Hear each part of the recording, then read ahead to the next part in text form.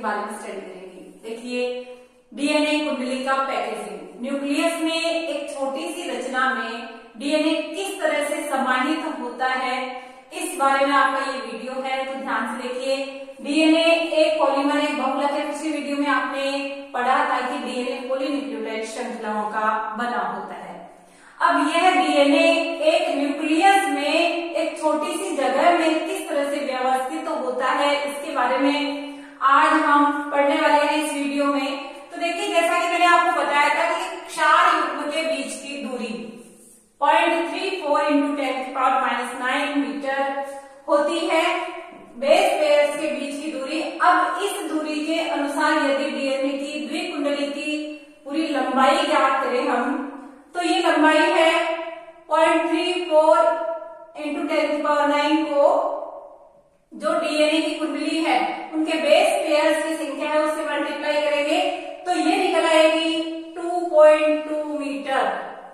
ठीक है, base pairs के बीच की दूरी, जैसा कि मैंने आपको बताया था, यदि बेस पेयर्स की टोटल जो संख्या है एक प्रारूपिक केंद्रक में पाए जाने वाले डीएनए कुंडली की बात हम करते हैं तो ये आएगी 2.2 मीटर। चलिए, केंद्रक के बारे में हम देखें कि केंद्रक की अमूमन लंबाई और चौड़ाई, यानी कि एक नॉर्मल प्रारूपिक केंद्र की लंबाई चौड़ाई 10⁻⁶ मीटर होती है। बहुत सूक्ष्म रचना के रूप में केंद्रक होता है। उस छोटे से केंद्रक में ये डीएनए की जो इतनी बड़ी 2.2 मीटर की हम बात कर रहे हैं डीएनए कुंडली की, तो ये कुंडली किस तरह से समाहित होती है गाइस, ध्यान से देखिएगा। एक प्रोकैरियोटिक कोशिका की हम बात करें, प्रोकैरियोटिक कोशिका जिसमें जो स्पष्ट न्यूक्लियस है वो भी नहीं पाया जाता, लेकिन फिर भी उसमें जो केंद्रक के अंदर डीएनए का मटेरियल है वो एक सूक्ष्म जगह में विद्यमान, एक छोटी सी जगह में विद्यमान रहता है प्रोकैरियोटिक कोशिका में, जैसे कि ई कोलाई, एस्चेरिचिया कोलाई में, तो एक छोटे से स्थान पर ये पाया जाता है।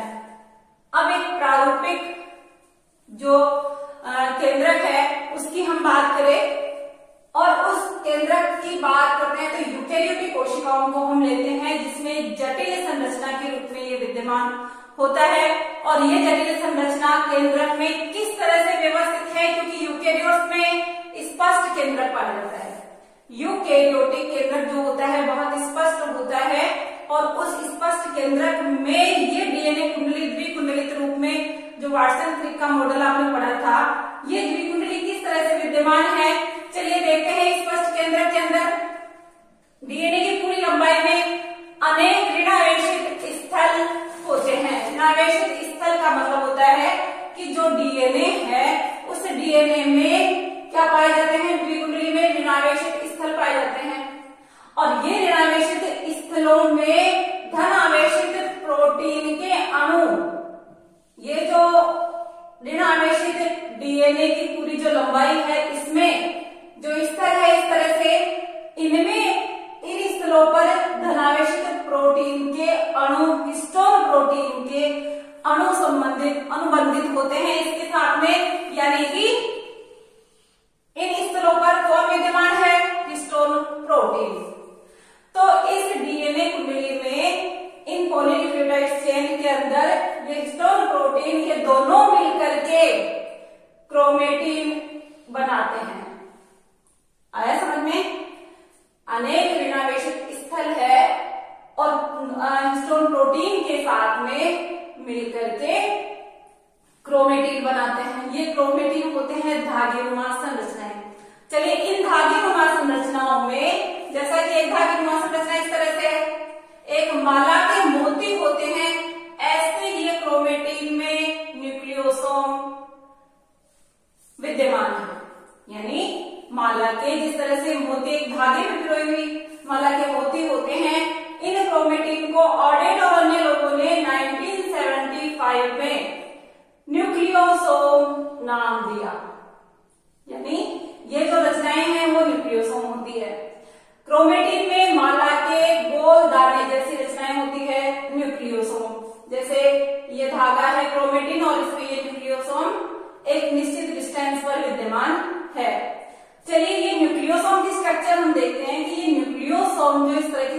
कंडीशन में है उसमें क्या है?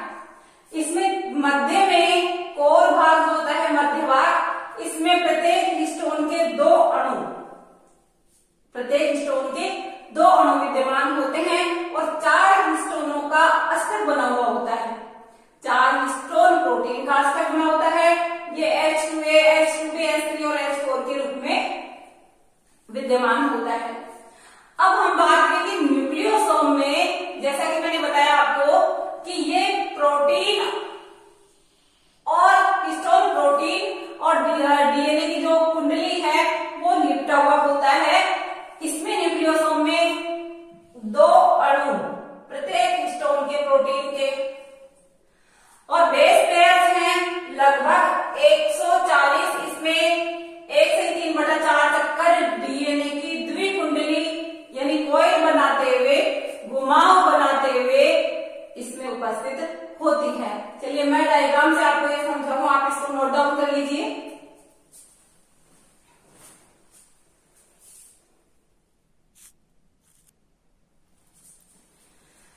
चलिए क्रोमोसोम में डीएनए की व्यवस्था के बारे में हम बात करें तो एक प्रारूपिक न्यूक्लियोसोम में लगभग 204 युग्म की कुंडली होती है। न्यूक्लियोसोम डोरी पर बीड्स की तरह विद्यमान होते हैं। जैसा कि मैंने बताया आपको कि धागे में माला के जैसे मोती पिरोए हुए होते हैं, ऐसे बीड्स की तरह होते हैं ये न्यूक्लियोसोम। न्यूक्लियोसोम प्रोटीन जो क्रोमेटिन होता है, इस क्रोमेटिन में कुंडलित और संघनित होते हैं और कोशिका विभाजन की जब मध्यावस्था आती है तो गुणसूत्र का निर्माण करते हैं। गाइस ध्यान रखिएगा, कोशिका विभाजन की मध्यावस्था में गुणसूत्र का निर्माण करते हैं। कुछ स्थानों पर ये जो है क्रोमेटिन ढीले ढाले बंधे हुए होते हैं और कुछ स्थानों पर बहुत अच्छे से पैक कंडीशन में पाए जाते हैं। जहां ढीले बंधे हुए होते हैं वो हल्के अभिरंजित होते हैं, इनको यूक्रोमेटिन कहते हैं। जहां ढीले ढाले बंधे हुए होते हैं ये हल्के अभिरंजित हैं और इनको यूक्रोमेटिन कहते हैं। जहां टाइटली पैक्ड होते हैं वो हेटेरोक्रोमेटिन रीजन कहलाता है। ये गाढ़े रंग से अभिरंजित की तरह दिखता है और हेटेरोक्रोमेटिन कहलाता है। चलिए एक अतिरिक्त प्रोटीन उपस्थित होता है उच्च स्तर वाले जीवों में और इसको हम कहते हैं नॉन हिस्टोन प्रोटीन। इनको हम कहते हैं, इनकी आवश्यकता होती है पैक्ड करने के लिए नॉन हिस्टोन प्रोटीन की, जो उच्च स्तर के जीव हैं। न्यूक्लियोसोम की स्ट्रक्चर आप देखिए कि ये हिस्टोन अणु का सार भाग आपको इसमें दिखाया गया है। ये जो मिड में गोलाकार स्ट्रक्चर आप देख रहे हो ये है हिस्टोन और इस हिस्टोन प्रोटीन के ऊपर डीएनए कॉइल लिपटी हुई है। ये है डीएनए जो ऊपर घूमी हुई कंडीशन में डीएनए कॉइल है, ये है डीएनए स्ट्रक्चर। अब इस डीएनए के बेस पेयर्स हैं और बीच में है हिस्टोन। इनको 2 न्यूक्लियोसोम को जोड़ने के लिए एक लिंकर डीएनए विद्यमान होता है और ये है H1 linker histone. H1 histone ये लिंकर डीएनए के रूप में या लिंकर हिस्टोन के रूप में विद्यमान होता है। लगभग 60 बेस पेयर्स इसमें पाए जाते हैं। जो लिंकर हिस्टोन है इसमें 60 बेस पेयर्स पाए जाते हैं और अगर हम खोल के इस कोर की स्ट्रक्चर को देखें, ये जो कोर है इस प्रोटीन की, हिस्टोन प्रोटीन की, तो जैसा कि मैंने आपको बताया था कि ये जो प्रोटीन की कोर है इसमें ऑक्टेमर के रूप में या अष्टक के रूप में ये विद्यमान होते हैं और इसको खोल के हम देखें तो देखिए ऐसी स्ट्रक्चर है। ये जो है आउटर साइड में आप लाइन देख रहे हो, यह है डीएनए के बेस पेयर्स, 4 युग्म ये उपस्थित है। डीएनए के 4 युग्म और इसकी जो बीच की कोर है और इस कोर के अंदर मैंने कहा था कि यह अष्टक के रूप में हिस्टोन विद्यमान है।